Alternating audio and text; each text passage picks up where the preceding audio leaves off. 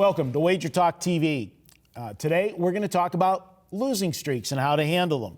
I'm joined in studio with my partner in crime, Bryan Leonard. I'm Marco D'Angelo. Bryan, I'm going to start this video out for us. I'm on a losing streak right now as we do this one. I'm on the worst losing streak of my career. I've done this for 40 years now, we're going to be doing.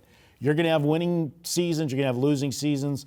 You're going to have more winning than losing, or obviously we wouldn't be here. But they're not fun. There's no question about it. We're going to talk about how you handle them. What do you do differently? I'm going to throw it to you first.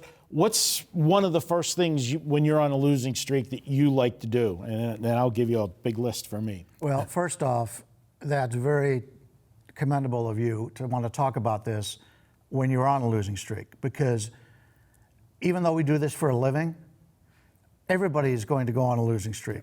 I'm wearing my Cleveland Browns jersey 0-16. How long ago was that? Like 3 years ago? Yeah. Now there's people head over heels buying Super Bowl tickets because they think the Browns are going to be in it. I mean, it all turns around very quick.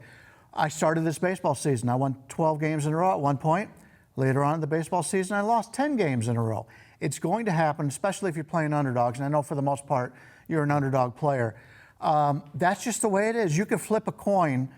Everybody agrees that a coin flip is 50% if you play it for a long enough time. But there's going to be streaks where you're going to have 20 heads in a row, 20 tails in a row. It's randomness. It happens.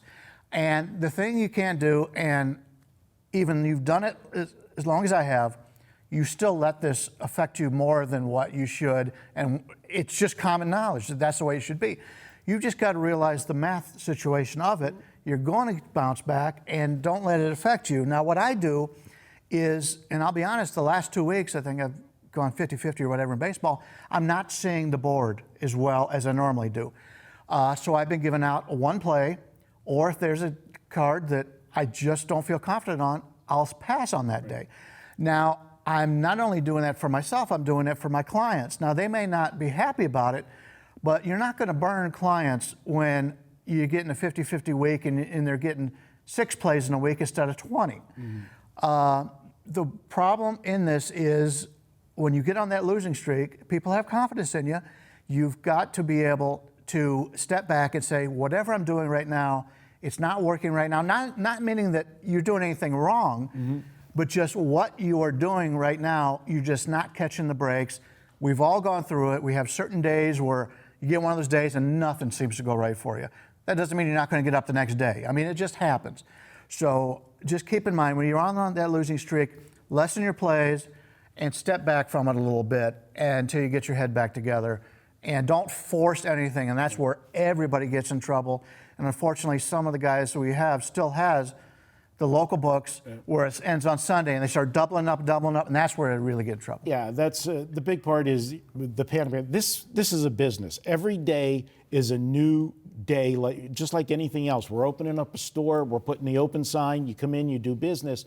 And for me, that business is what I wager that day.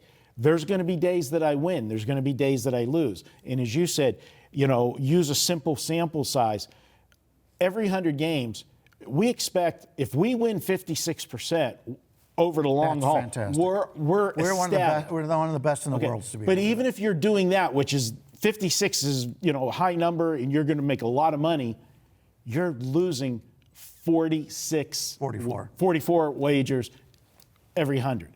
You have to understand that in that math and in those groups of hundreds, there's going to be 12-2 runs. There's going to be 2-12 runs. It's just part of the game. Is it fun? No. For me, and as you said, we take it very seriously, and I know you do too. I don't take it, I don't like losing. I'm betting the games every day. None of us like losing, but I bet every day. I have winning tickets. I have losing tickets. That's part of the game. We understand how to lose. Most people don't, and that's where I feel bad when you get in those streaks because, not everybody has a gambling bankroll. A lot of people use their life bankroll, and that's when they get frustrated in that. And we've talked about it many times. I try to stay visible on social media, and, don't hide from stuff like doing a video like this and such. But, social media can be a real downer sometimes. Right. You go on and people are angry and they want to say things at you and that. And I think you pointed this out once in a video before. Why do you want to, you're paying for somebody's picks and you're betting him. Why do you want to ruin his confidence and yell at him anymore? To me, that would be like a manager coming out to talk to the pitcher, and the pitcher just got the bases loaded, and he comes out and goes, well, you got us in a fucking mess here.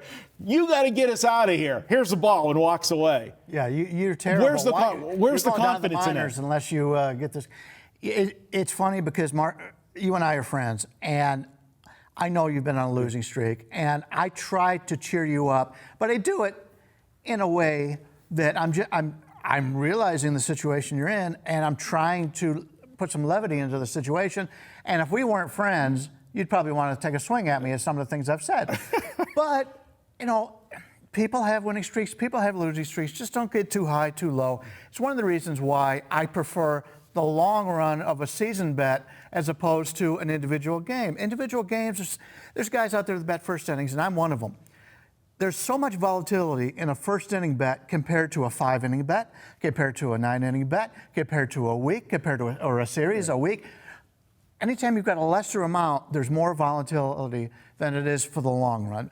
If you're serious about betting sports and you've got a guy with a winning record, you should be buying the season. But as you said, there's guys that don't have a betting bankroll, and it may cost me sales. If you don't have a betting bankroll, you should not be betting. Right. That's just all there is to it. I've been doing this for 35 years. You the same way. If you don't have that money to put aside, because it's too much of a worry. I mean, you've got a family. You've got bills to pay. Don't bet if you've got to worry about, if you don't have that money set aside. We're in the business of making money for people and selling picks, but don't bet if that's the situation. Good stuff, Bryan. I hope you guys appreciate it. And this is the way we do things at WagerTalk. Total transparency. I hope you guys appreciate that. Long run. And generally, I don't know about you, Bryan, but after losing streaks, generally is a pretty good winning streak coming up. So, and you see that all the time in the sports game. Yeah, everything runs in streaks, and baseball's one of those.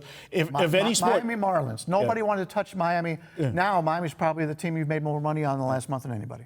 All right, good stuff. Hey, guys, don't forget, if you like these videos, check out our podcast. We have a podcast each week. You can listen to it. You can download it on iTunes. You can listen to it on Google, Spotify, iHeartRadio, and all of the major media outlets for podcasts. Check it out each week. We tape on Thursdays. We'll be back with more here at WagerTalk TV.